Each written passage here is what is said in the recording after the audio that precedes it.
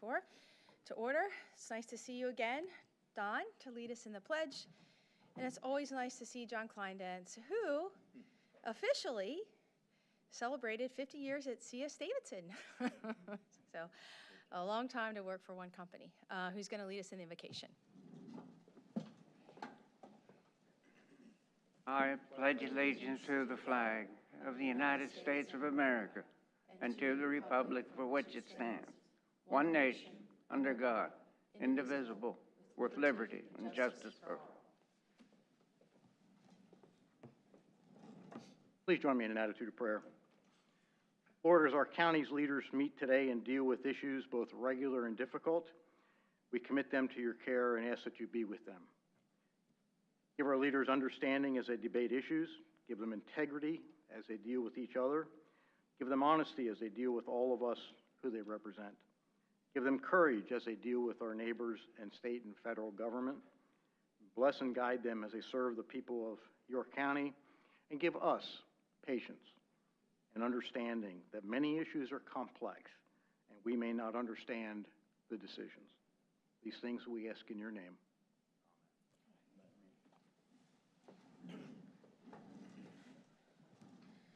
Okay, we'll move on to item number 2 on the agenda.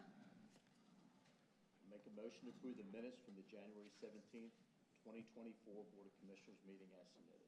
Second. I have a motion and a second. Any discussion? Hearing none. All those in favor signify by saying aye. Aye. Opposed, motion carries. I'll turn it over to Gregory Munski for his Chief Clerk's report. Good morning. Good morning. Thank you. Just a couple items from the agenda that I want to highlight. Item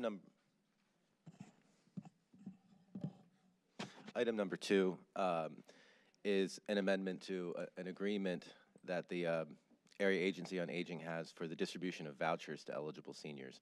The amendment is such that the voucher number is being increased from $40 to $50.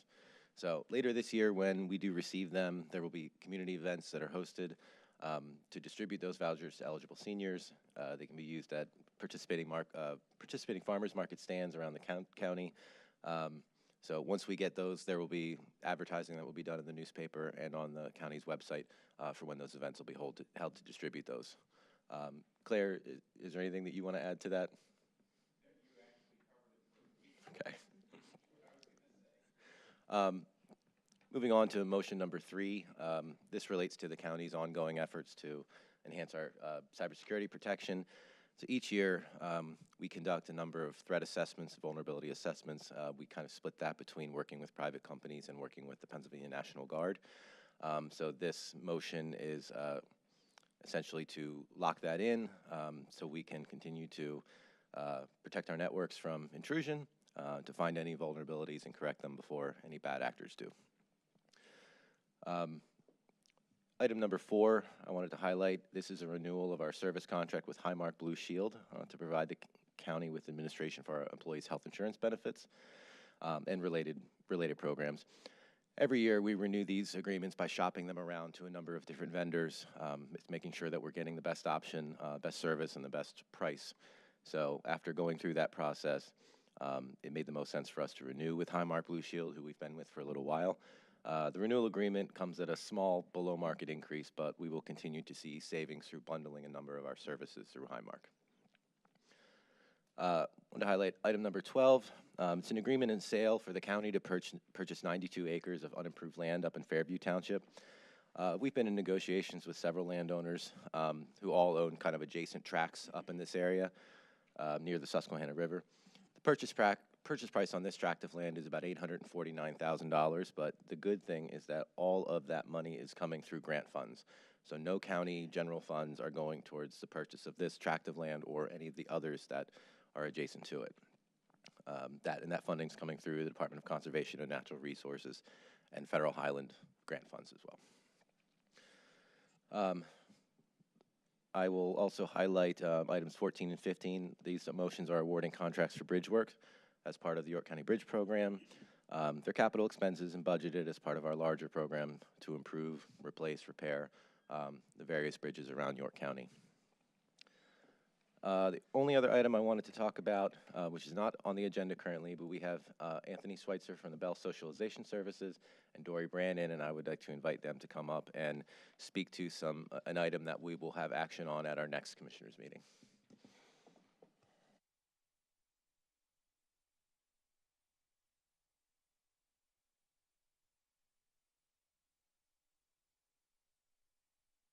Good morning, Commissioners. We're here today to explain a request from Bell Social Services through Anthony Schweitzer. Back in 2008, July of 2008, the county extended a loan through the Affordable Housing Trust Fund to Bell Community Development Corporation for the purchase of a property, and some rehabilitation to a property at 495 Pinehurst Road. Since that time, the property has operated as a home for adults that are experiencing serious mental illness. Unfortunately, recently, due to staff shortages and underfunding for the operation of the property, it had to close. So it was closed in July of this year, of 2023. Tony had submitted a request through the York County Planning Commission to the county commissioners to sell this property and retain the proceeds. So I'll let Tony explain what they would like to retain the proceeds for.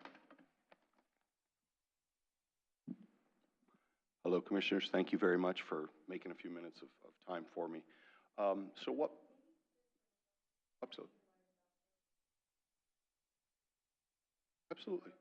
Absolutely. So Bell Socialization is a local nonprofit human service agency. We were founded here in 1966. We continue to provide services for adults with serious mental illnesses, for adults with intellectual disabilities, and then we also operate the Bell Family Shelter and some related housing programs for families that are experiencing homelessness. We serve around 3,000 people a year that are all residents of York or Adams counties. We provide residential services as well as day and skill building services. So in regards to this particular property, this property was one of 3 houses that operated under what we call the CHIP Assisted Living Program. For those of you who've been around for a while, CHIP was actually dollars that came from the state as the state started to close hospitals, the state hospital system. Those dollars were intended to flow down to the counties to help provide the care that was needed by those residents who also returned from those institutions. Bell has been involved with providing that kind of service since 1991, 92. It's been quite a while. This particular program was started back in the later 1990s because part of what we do is we provide permanent ongoing support to individuals, again, with serious mental illness, but who also, because it's permanent, they tend to get older and they tend to have medical needs. So in the end, we came up with this idea a while ago, and the county was very supportive of it to allow us to continue to support individuals in a better setting, because previously folks would live in their own apartments, and we still operate that aspect of our program too. So we have 3 of these houses serving 9 individuals with serious mental illness, and it's pretty wide care, but it is not a medical facility. It's not an assisted living facility as it's more formally defined. It's just the name of the program we gave. We have operated that program for, like I said, about 15 years now. The realities are we've lost money most years in doing this. So with the onset of COVID and the related staffing challenges, it just became too much for us to continue to do. So we've had to make difficult decisions with some of our services, this being one of those things. So through conversations with the MHIDD administrator, we were able to first inform her and work through the process of trying to make sure we didn't displace people into a homeless situation. We were successful with that. We were able to ask that office to be able to keep the existing operational dollars for that house and apply it to the deficits that we had in the other two houses. So that actually strengthened the overall operation of the program. This house and the ownership of it, as Dory mentioned, this was paid for through the housing. Affordable housing. Yeah, so the conditions of that were we had to pay off the full mortgage if we were to end before, I think it's 2038. The realities were we evaluated the house itself for another use. It is not a very big house, and from the perspective of providing care to people who have ambulatory challenges, whether because of a disability or just because of age, it's not a really ideally suited house. Some of the hallways are narrow, the doorways are narrow. It's got steps just to get into the building from both entrances. It's on a hillside, which is fairly steep. So in the end, we just decided it didn't make sense for us to try to find another use. Plus, we also would be challenged with how would we staff that use. So after some great conversations that I had with Dory and Joanne, they suggested that I come up with a best use request to present to all of you. As some of you may know, in the Bell Family Shelter part of what we do, we have some other activities going on that over the course of this year should be leading to us having a new home with an increased capacity for the number of people, families that we can serve there. So we will be doubling our capacity at our Bell Family Shelter, but with that will come increased operational costs, as well as the fact that we took a loan out and we're going to have a capital campaign to fund the renovation cost of doing that. So we've had some activity on that end, but the actual facility is already under renovations and hopefully will be done soon. So we anticipate being able to move in there, start growing into the facility, start growing our capacity, but that's going to take a little bit of time as well. So my request, in a long but simple approach, is that what we would like to do is to be able to sell the house. I don't know what the value is because I have not talked to an appraiser or anything else, but sell the house and whatever proceeds are received, be able to keep that to apply that toward our expected operational increases, and or as we have our campaign, if we come up with a shortage, that we would be able to apply the money toward making sure that we're able to pay off our loan. So I don't know if that answers your question, or I'm happy to answer other questions. Trying to keep it somewhat simple. It's not.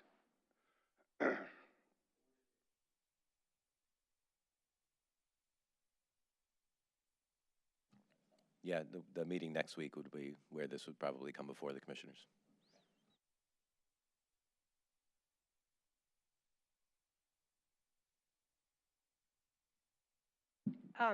The documents in the loan agreement allowed for the affordability period for a 30-year period, or when the property was sold. So whichever came first. It was for $250,000. They only accessed $222,196, and to date there's $40,625 in interest. Thank you. Thank you. Any other items from you? The only thing would be, Claire, if you want to touch on anything in the consent agenda. Morning. I'll be brief. This is our routine subsidy agreements for it's one adoption, another for an amendment for a name change, and then another amendment for adoption as well. So, Okay, thank you. all right. And that Anything else to report? That would conclude my report. Okay, thank you. I'll open it up for any public comment. Okay, we'll move on to the consent agenda. I make a motion to approve the consent agenda items for the Office of Children, Youth, and Families. I second that. I have a motion and a second. Any discussion? Hearing none. All those in favor signify by saying aye. Aye. Opposed? Motion carries. Move on to new business. Madam President, I move to approve items 1 through 18 under new business. I'll second the motion. I have a motion and a second. Any discussion? Hearing none. All those in favor signify by saying aye. Aye. Aye. Opposed? Motion carries. There was an executive session held of the Board of Commissioners on January 22nd, 2024, to discuss personnel matters. Under other business, I know we have a couple resolutions here. Madam President, I move to approve resolutions 2024-4, 5, 6, 7, 8, and 9. I will second the motion. Okay, I have a motion and a second. Any discussions? Hearing none. All those in favor signify by saying aye. Aye. Opposed? Motion carries.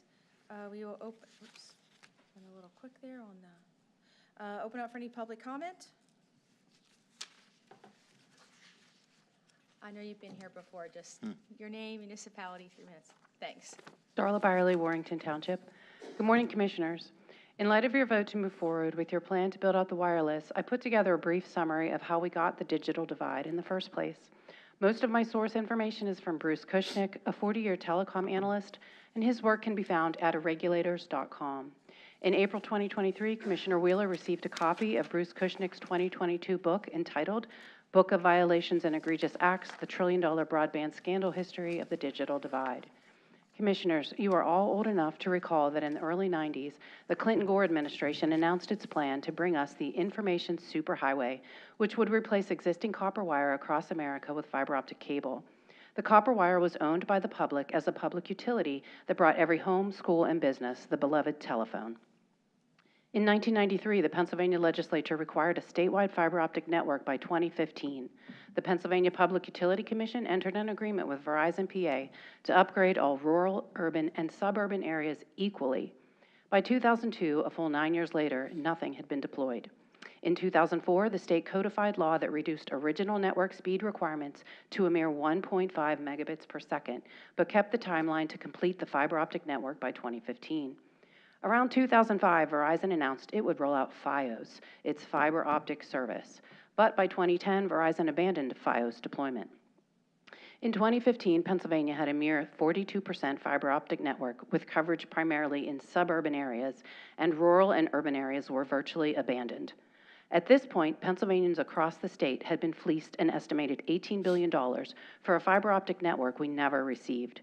Verizon took federal monies and billed customers on the promise that they would provide a secure, reliable, laser-fast fiber optic network, only to bait and switch to a hackable, inferior wireless network that pollutes our environment with radiation and leaves us with a gaping digital divide. In 2020, the pandemic brought digital inequality to the forefront as residents and students in rural and urban areas found themselves disconnected from the world and unable to get online.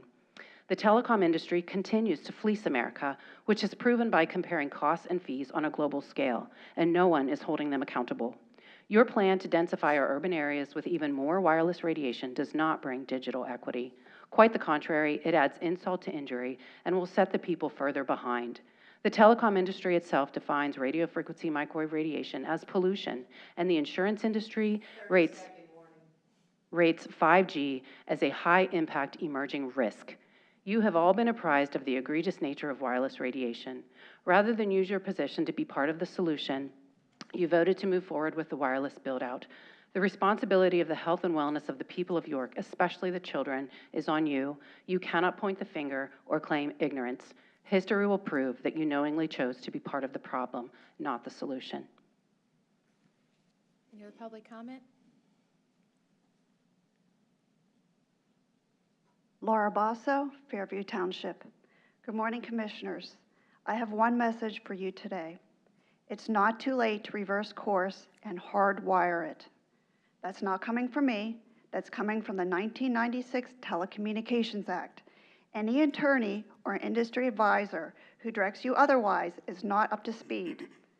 I agree that the 1996 Telecommunications Act at Section 332C7A and C7B is a little confusing on its face, and the judge in the Flower Hill case essentially said that, but he searched the intent of the law and gave the correct interpretation of the intent behind Congress and the preemptions in the Act.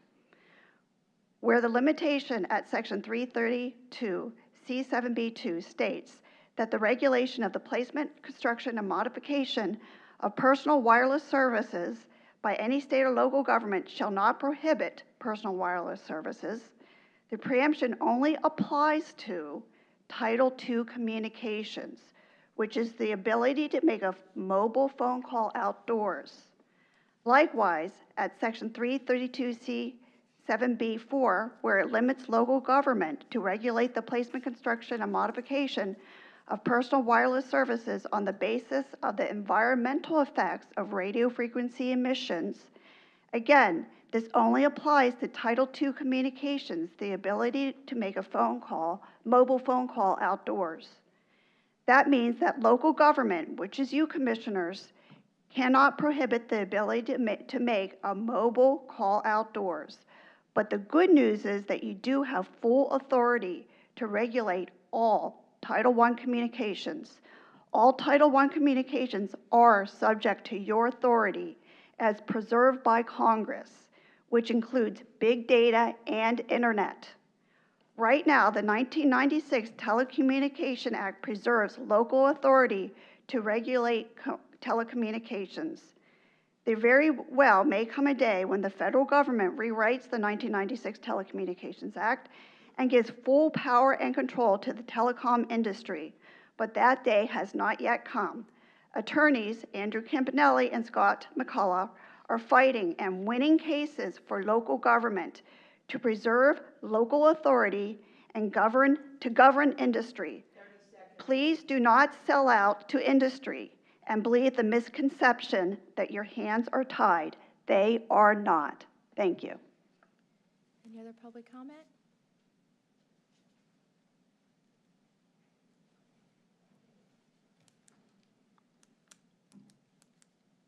Virginia Schultz, York Township. Thank you for taking the time to listen. We ask you to listen with your head, with your heart, and with your sworn vow to uphold the Constitution. The following quote was the testimony of Dr. Sharon Goldberg during a Michigan policy hearing. Wireless radiation has biological effects.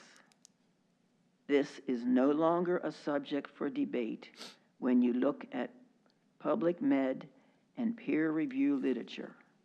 In humans, we have clear evidence of cancer now. There's no question. End quote. Dr. Paul Herrick, professor of toxicology and health effects of electromagnetic, Dr. Herrick at the McGill University stated that when industry tells you that electromagnetic radiation has no effect on your health, it is a simple and blatant lie. The Environmental Health Trust represents 11,000 pages of evidence of harm that was accepted in federal court as substantial. What research do you have that overrides the evidence accepted as proof in a federal court of law? I'll repeat that question. What research do you have that overrides the evidence accepted as proof in a federal court of law? Your plan puts radiation transmitting base stations on top of schools. How can you be sure that this is safe for all students and teachers, given the overwhelming evidence? Have you notified the parents of these schools and received consent to proven harm to their children and their minds and their bodies? Have you gotten their consent to do that? The military uses radiation as a weapon and states that the brain is the most sensitive target organ. China is using the same technology as a neutral strike weapon, and we have shown you how industry is working with China. It's all a hackable and China is the back door to all of it, to harm our minds. We are asking you to reverse course and undo the harm you have caused if you continue with this plan. It's not too late. Please do the right thing and cease and desist from the deployment of pulse-modulating radio frequency microwave radiation infrastructure. Instead, revise the plan to bring fiber optics to the premises, which we've already paid for all of York County in order to promote the safety and life of property for all. Thank you. I believe you're listening. I would like to give a word of encouragement next week that you have reversed this. Thank you. Any other public comment? Okay, if I could have a motion to adjourn? I'll make a motion to adjourn the meeting. Second? I have a motion and a second. Any discussion? Hearing none. All those in favor of adjourning signify by saying aye. Aye. Opposed? Motion carries. We're adjourned. And we do have a salary board meeting today. So if I could have a motion to approve the minutes from January 17th? I'll make a motion to approve the minutes from January 17, 2024 Salary Board as submitted. Second? I have a motion and a second. Any discussion? Hearing none. All those in favor signify by saying aye. Aye. Opposed? Motion carries. I'll open it up for any public comment. Hearing none. If we could move on to the next motion? I make a motion to approve the positions, salaries, hours of work, and fringe benefits as provided by existing collective bargaining agreements or as set forth in the York County Employee Handbook or York County Policy Manual for the following departments and row offices as listed below, with no additional benefits or concessions unless otherwise noted. Second? I have a motion and a second. Any discussion? Hearing none. All those in favor signify by saying aye. Aye. Opposed? Motion carries. There was an executive session held on January 22nd, 2024 for the purposes of discussing general personnel matters. I'll open it up again for any public comment. Hearing none. If I could have a motion to adjourn? I make a motion to adjourn the meeting. Second? I have a motion and a second. Any discussion? Hearing none. All those in favor of adjourning signify by saying aye. Aye. Opposed? We are adjourned, and we do not have any retirement board agenda today. So we're adjourned. Enjoy this last cold, wintry day of January.